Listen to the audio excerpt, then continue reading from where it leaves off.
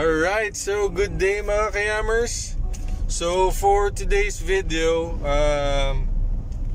maghanap tayong welding shop. Okay, kasi natanggap na natin yung JsRacing na muffler.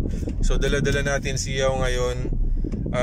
Lalagyan natin siya ng aftermarket na muffler. Okay, so maghahanap lang ako ng bukas na welding shop kung okay yung presyo, kasi as much as possible budget meal nga. Kung okay yung presyuhan namin, so papagawa ko na doon. Kung hindi man, another option siguro na pwede natin gawin is ikabit yung muffler ng walang welding. So we'll see. Okay, so please stay tuned mga ka-Yammers. So yun mga ka-Yammers, so meron tayong nakitang isang welding shop. In-expect ko kasi mga at least 200 to 300 lang yung pagpapa-welding, pero yun nga, sinisingil ako ng 600. So partida sa akin yung bakal. So tingnan natin isang option natin, yung no weld. Hopefully gumana to. So bibili lang ang materyales, tapos gawin natin sa bahay. Okay? Alright, so mga ka-Yammers, nandito tayo na sa bahay, no? So ito yung JsRacing exhaust natin or muffler. Ito yung pipe natin na ilalagay. Okay, so again, gagawin natin ito ng walang welding. So ginak na natin itong sasakyan. So gagawin ko, puputulin ko muna yung stock pipe nito. Okay, so please stay tuned. Alright, so mga ka-Yammers, sinanggal rin natin muna yung gulong. Okay, para at least mas ma-access natin at maputol natin tong pipe. Okay, so yun na yung grinder natin.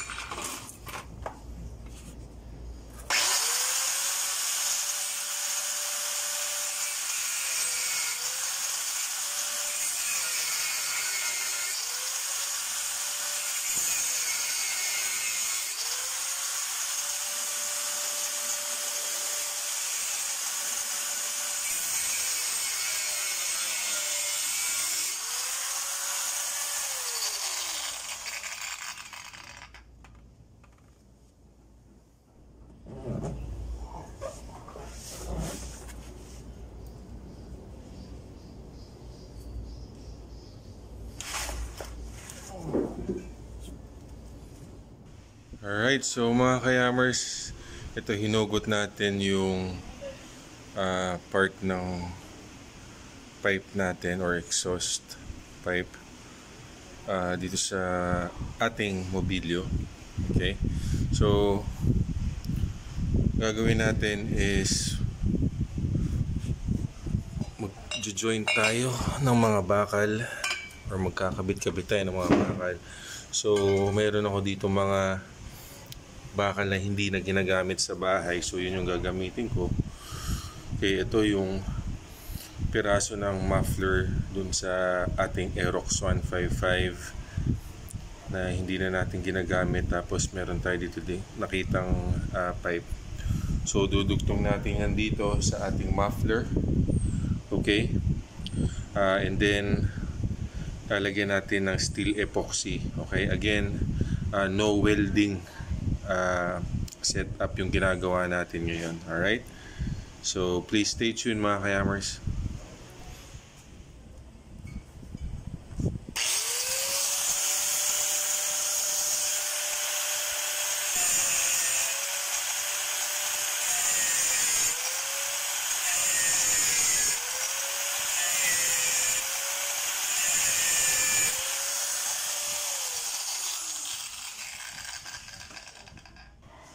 Alright, so mga ka-Yammers yan na. So parang ganyan magiging itsura niya. So every joint, okay, lalagyan natin ng steel epoxy. Okay, so hopefully mapalakad natin at mapakita natin dito sa labas yung tip, maski tip lang ng muffler. Pero we'll see kasi we're just working on kung anong meron tayong materials dito. Okay?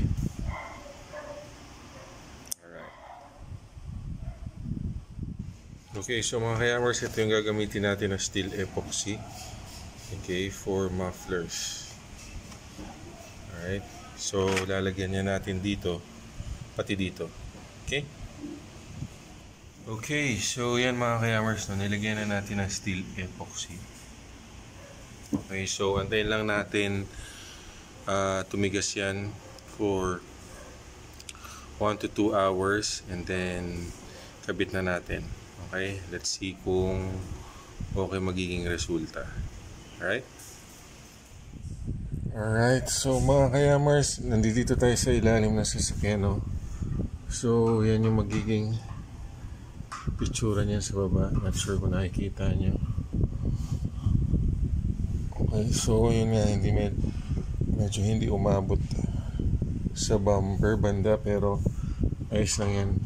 So again, we're working on kung ano meron tayo. Alright, so mga ka-Yammers, napinturahan na natin yung ating pinagdugtong-dugtong na pipe kanina. So natuyo na yung ating epoxy. Yan, matigas na siya. Okay, so yan, pininturahan na natin para at least malinis. Okay, so papatuyuin ko lang yan, then we'll see kung makakabit na natin ngayon or if not, bukas natin balikan. Okay? Alright, so mga ka-Yammers, yan, nakabit na natin. Okay.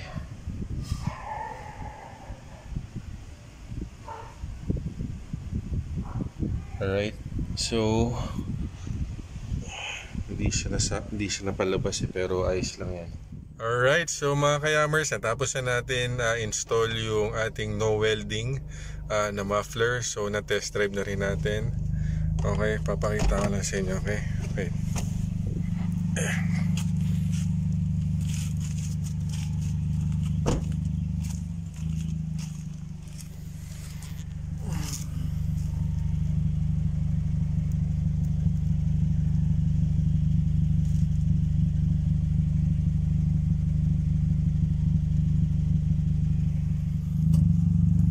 Alright, so far okay naman, no?